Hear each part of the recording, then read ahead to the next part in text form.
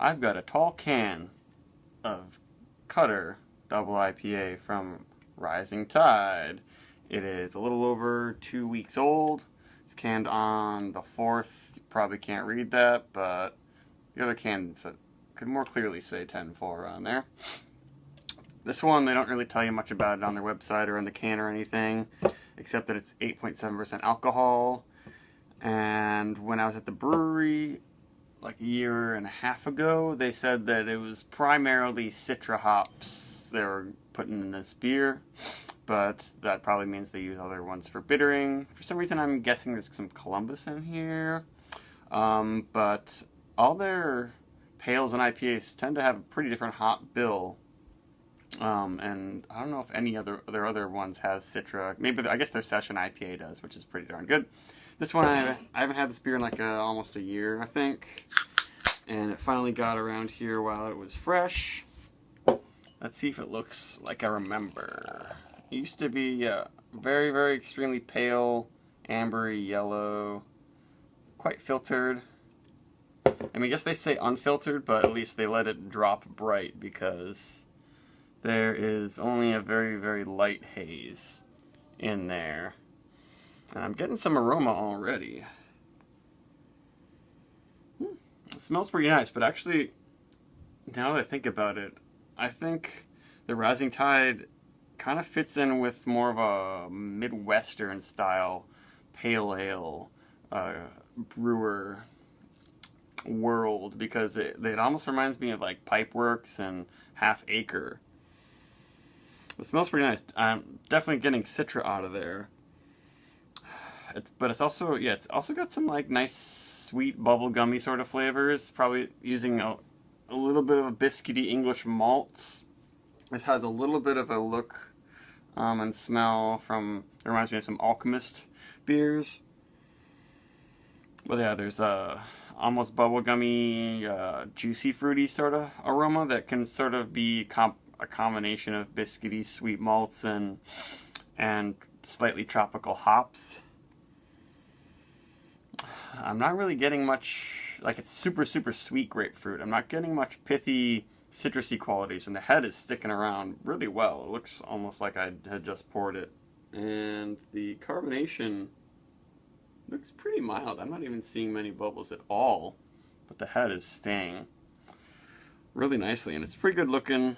Some of the bubbles are starting to pop, and it's got a pretty nice glow, but it's a little bit darker than most other New England IPAs for sure. But the smell is a little bit nicer than I remember, probably because I think the last time I had this beer wasn't insanely fresh.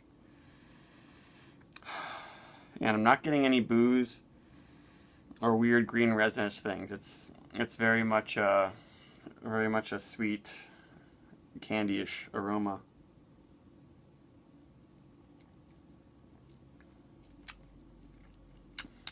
Cuts a little bit more on the flavor, definitely, from bitterness, but it's still got some of those sweet flavors.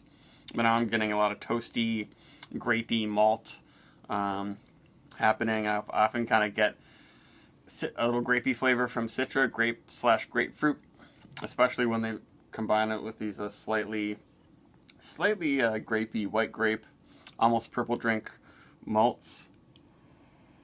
And it's not noticing too much heat, actually. It is 8.7, which is a little bit high.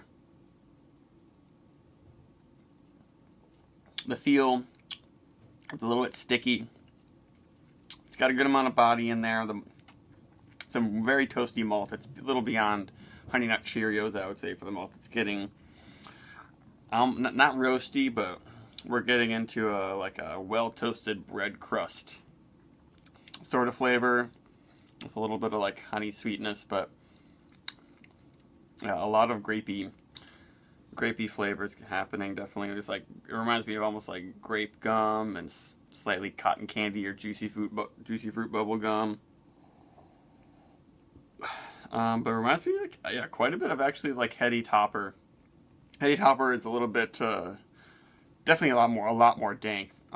This actually reminds me of a older Heady Topper. I have some like 2-month-old Heady Topper in my fridge. I got for free. It's actually in really good shape, and it's lost a lot of its dank edges and its super fresh citrus juiciness. Reminds me, yeah, a little bit of this one. This one is a shade darker, but it still has a pretty firm biscuity malt flavor like I get from most Alchemist beers. I bet they use some British malts or something in this one.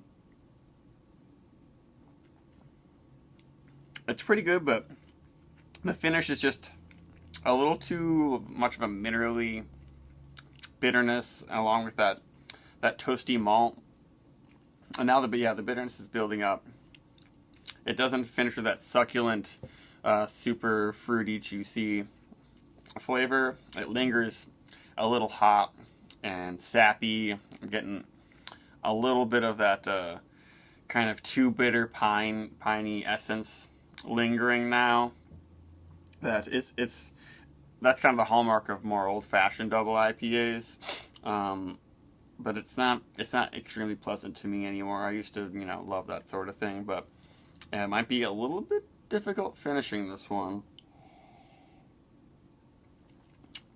I probably like the aroma a little bit more in this beer, because it turns into something like Against the Grain's Citra S Down does, where it's just like a bitter, rather malty double IPA that eventually it's just, I'm tasting mostly toasty, like caramel malts and a good amount of bitterness and earthiness, but I'm losing all the sweet citrusy candy character that was there up front.